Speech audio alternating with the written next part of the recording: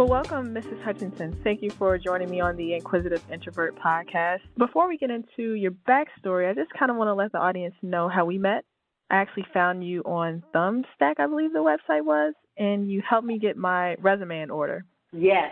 That is something that I very, very much appreciated. But outside of you being sort of an independent consultant, Mrs. Hutchinson, you are very passionate about educating and helping young people sort of overcome obstacles. So I just kind of want to know a little bit more about your background and how did you get to where you are now, professionally and personally?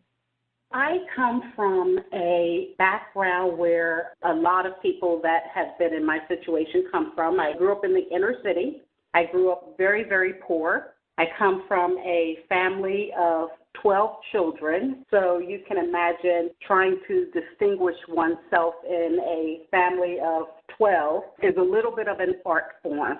I didn't have all of the artistic side of things that some of my siblings had. I didn't sing, I didn't dance, I didn't do sports, I wasn't a good gamer, I wasn't an artist like some of my other sisters. But the thing that became my thing was school. And I really enjoyed school. I excelled at it probably because I enjoyed it so much. I enjoyed learning new things and new subjects, and it really didn't matter what the subject was. And I came to understand that education was my way out of North Philadelphia, which is where I grew up. Wow. So I put a lot of time into that, and eventually I was able to go to college. I worked 2 jobs all through undergrad school, and so that was challenging, but it was something that I knew that I had to put the time and effort into. Some things there's just no getting around putting in the work. Right. I knew that I had to put in the work, and ultimately I went to law school. I'm a graduate of UNC Chapel Hill School of Law, where I got my Juris Doctor, and I was going to go off and do fabulous work in civil rights, and that path didn't work out. I ended up going into corporate. In corporate, I focused on compliance, ethics and compliance, and I came to learn to enjoy that. And so that's where my career has focused primarily, but I've always dabbled on the side of my corporate career in trying to reach back into my community, making sure that I reached out to young people who needed some practical advice. It's real easy to have all of these wonderful poster sayings, just do it, or do the right thing, or go for it, or the sky's the limit. But I remember myself growing up, those are wonderful motivational and aspirational sayings, but they're not very practical. I remember growing up thinking, now what? What are some practical things that I need to do? What do I do tomorrow? So sure, I got the rah-rah cheerleader poster that said, reach for the moon, and if you don't hit it, you're pretty high up. But that doesn't really mean anything to me where I grew up. And so I always looked for some more practical, specific advice that just wasn't there. So that became my goal in terms of reaching back and giving it to someone else. One thing that you mentioned earlier that I thought was really interesting is that you excelled at school, and a lot of your siblings had other gifts. So I guess when you graduated from JD, how did you sort of relate to your siblings? What's your relationship with them since I guess you were so different in that aspect? I wouldn't necessarily say that I was different because my siblings all have degrees as well. So I think that for the most part, the majority of us understood that education was the key to moving beyond North Philadelphia. But I think I also didn't have some of the artistic side of things that they had. Actually, it turns out that it was really a good thing because I was able to rely on some of their talents to help me with my own growth. Wow. Another thing that you mentioned that I'm really interested in learning about is what exactly did working with big corporate organizations teach you about ethics? I know that ethics and corporate really don't always go together. So I guess what sort of lessons did you learn working as a corporate lawyer in that particular department? And how did you feel? Like, was there any conflict that sort of came up in regards to compliance and ethics as it relates to corporate businesses? I have been in maybe 6 or 7 different large organizations. Ethics and compliance in each of them are handled differently depending on where the organization itself is. Some companies, and I believe that companies go through the same trajectory. They start out with getting involved in corporate compliance because of some mandate. There's some regulation, whether you are in the energy industry or whether you are in healthcare or wherever you are, there's some mandate that starts that ball rolling. The next step is someone within the organization, someone within the leadership role has a moment where they realize that actually the compliance program is a value add. We're not simply doing this because it was mandated. That might be how we started. But now we're coming to understand that there's a value add here. Similar to maybe the human resources department. There is a benefit to this compliance program. And sometimes the benefit is in attracting good talent because people want to work for ethical organizations. And sometimes it's about retaining high-value employees because they see that the organization wants to do the right thing, whether it's internally with their own code of conduct or whether it's externally via a social responsibility program. People want to work for companies that they can believe in. I don't think that we are at the days any longer where high-value employees are just looking for a paycheck. They can get a paycheck anywhere. So they're looking at all of these other factors when they're choosing organizations. And so companies started beginning to understand that there's a value add to a compliance program. And then they get into the next phase, which is the compliance program is critical to the success of the organization. That you can start to look at the compliance program the same way you would at the finance department, especially when you're talking about some of the heavy fines federal regulators would impose. As you're in the healthcare industry, so you know this, especially in healthcare, whether it's the Department of Justice or whether it's Health and Human Services, some of the fines can be multi-million-dollar fines. And so there is a real bottom line financial impact to having a successful and effective compliance program. And then ultimately, and I think this is the place where companies should want to go, but ultimately, if a company is doing the compliance and ethics function well, they get to the part where it's integrated. It's not just a separate department that if something goes wrong, that department has to deal with it. It's integrated and woven throughout the organization, and individual leaders are actually implementing the compliance program themselves. Now, you'll still have a compliance department in this case where you can reach out to subject matter experts to help understand what the regulations are, or to help with an internal investigation, or to run metrics. You have a centralized unit, but the program itself is implemented by the entire leadership team. And so I think that's the trajectory of corporate compliance programs, and different organizations are at different points on that trajectory. So my guidance and my thoughts about an organization and how I help them move through that trajectory just depends on where they are. So it's hard for me to give you a blanket statement as to what I think about a compliance program. It depends on where the organization is. Ultimately, my goal has always been to help them move through this trajectory. You don't want them to stay at that bottom line, which is we're only doing this because we have no choice. One thing that I noticed, Alyse, that you mentioned earlier, that you originally grew up in North Philadelphia. So how did you get to Chicago? Oh, my goodness. I have lived in so many states. I did a lot of traveling. For the most part, I've traveled for work. I moved to different states. I didn't feel tied down to stay in the Northeast. I've lived in Texas and California and North Carolina and Delaware and Pennsylvania, Wisconsin, and ultimately I'm here in the Illinois area. So for the most part, I've traveled because of work. kind of along those lines, since you've lived in so many different states and you're very passionate about educating people, especially young people, do you see a difference in young people from Chicago to Texas in terms of some of the obstacles that they have to overcome, or is every young person or young professional pretty much the same and trying to figure out their path to success? I don't think that they're the same. I don't think that young people are cookie cutters at all or have cut using cookie cutters. It really just depends on their village, and everybody has their village.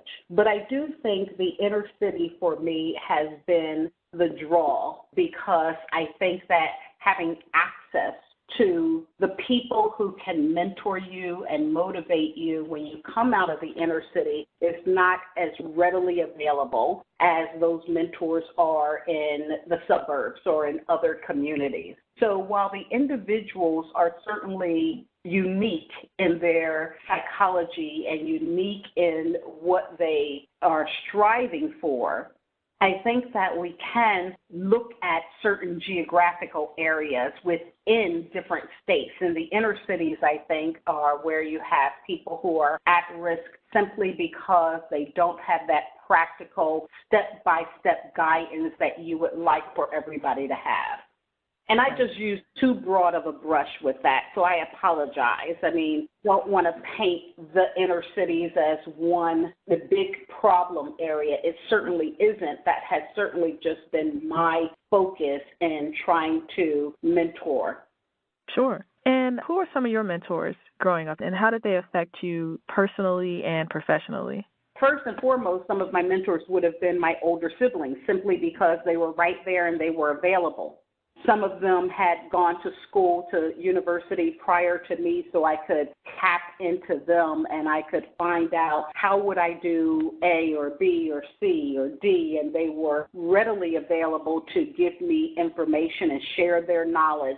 Their knowledge didn't always help me because I was striving for different things, but certainly having them available. I would also say that just people in our neighborhood or the teachers that were open to me getting farther along in my life. Mentors can be found everywhere. I remember having a part-time job through high school working in the local diner, and the owner of the diner was a mentor. And by mentor, it doesn't have to be someone who could give you that detailed information and detailed direction. They don't have to come out of corporate America. They really can just be people who see the value in you and can help to motivate you. I would recommend to people that if you're looking for a mentor, though, you actually need a mentor who's going to tell you the truth. It's very easy to find people who are going to pat you on the back and find your cheerleader. And trust me, cheerleaders are important. You have to have cheerleaders so you continue to develop that self-esteem and get you to jump out of bed in the morning. But you also need mentors who are going to be honest with you and give you critical feedback. One mentor that I had in corporate America was someone who didn't start off as a mentor. I was very young in my career.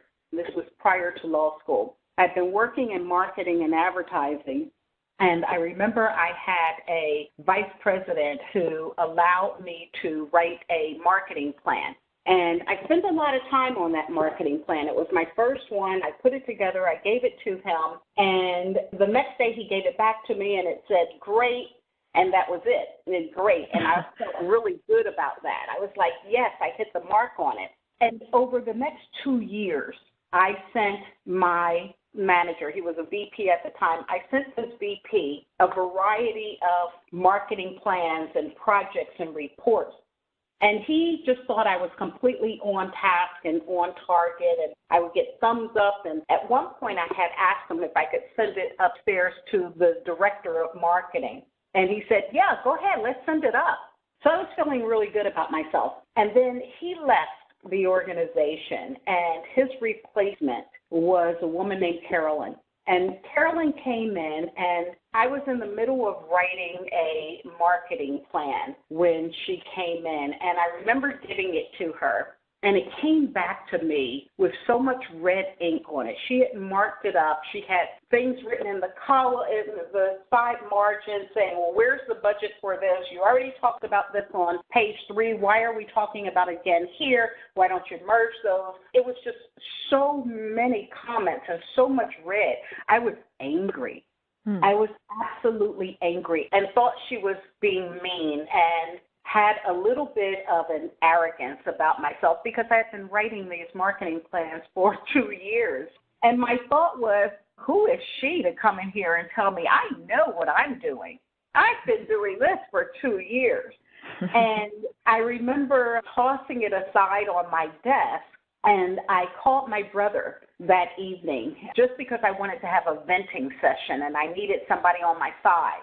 My brother listened to me, and then he said, is she right? And what do you mean, is she right?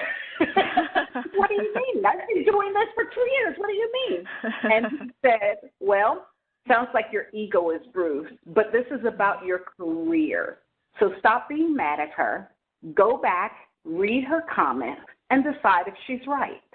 Interesting, I had 2 people right then, right there, giving me critical, honest feedback.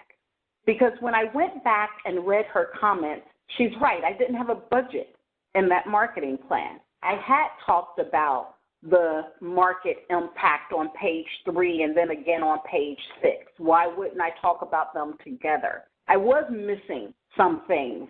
The grammar was off once I saw it corrected and read. There were spelling errors. There was sentence structure and tense structure issues. And at that point, I thought, wow, this is an indication to me that my previous manager actually didn't have my best interest at heart. He allowed me to send the crappy marketing plans that I had been writing for 2 years up to the upper leadership. What must they think of me? I had not grown in 2 years, and this is a critical point. Your manager should be there to help your growth, and I had not grown.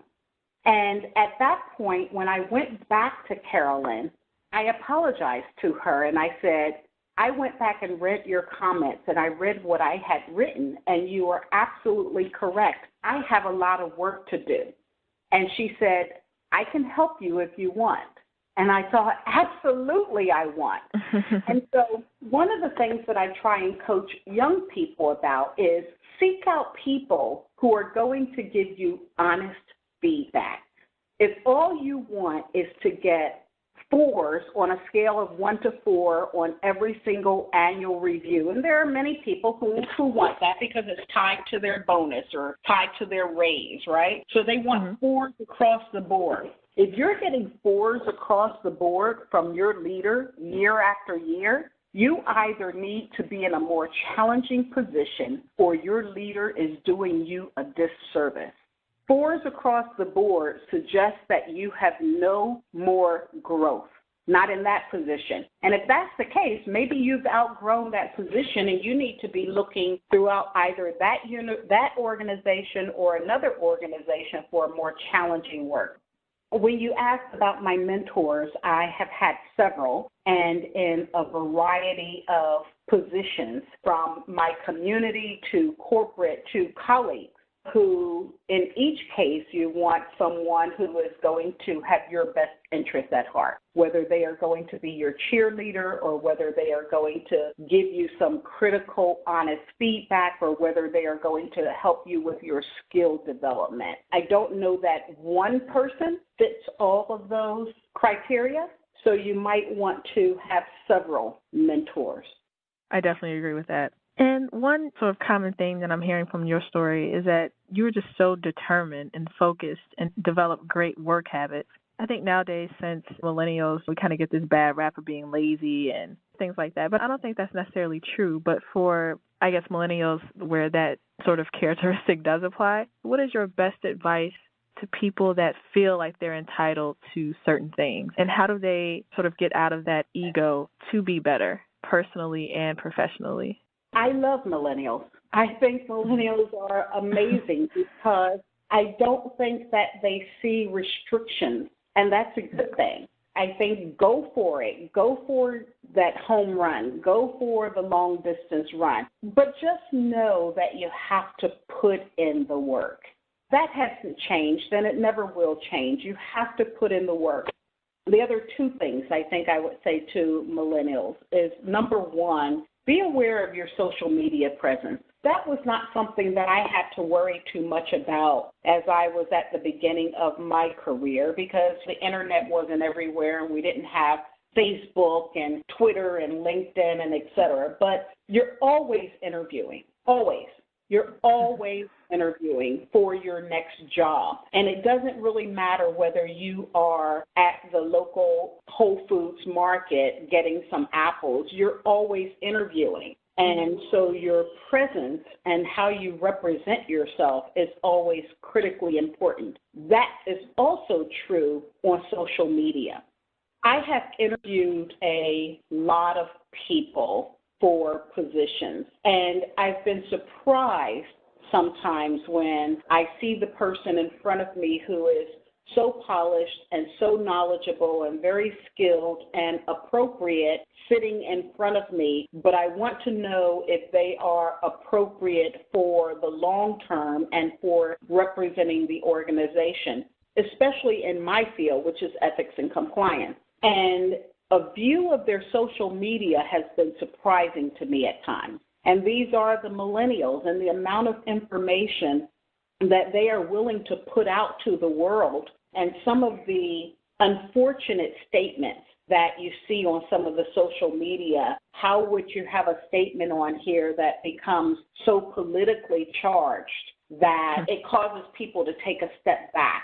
Or statements on there, yeah, I'm actually at the concert, I called in sick, my boss will never know. So there's a lack of self-awareness to some degree, maybe. Well, I don't know that everyone who does that at the moment, they're in this moment and they're having fun in the moment and they're not thinking about it necessarily in the bigger picture. And the bigger picture is when you are at the beginning of your career, you are always interviewing. And sometimes you're interviewing with your colleagues. They don't know you're interviewing and you don't know you're interviewing, but you're interviewing. At some point, your colleague is going to climb the corporate ladder, and your colleague may be in a position where they are now looking for talent. Are you the person that they are looking at? Are you the person that pops into their mind when they're thinking, I need someone who could do A, B, and C, who's going to be professional and skilled and appropriate? Is it your face that they see? Or do they think, wow, she's got a lot of skills and she's smart, but boy, she wouldn't be right for this department because of fill in the blank. Right. To millennials, I would give just those two pieces of advice. You're always interviewing, be aware of your social media. I guess 3 pieces of advice, the third one being you still have to put in the work. Don't be afraid of the work. The work is actually what's going to get you the skills.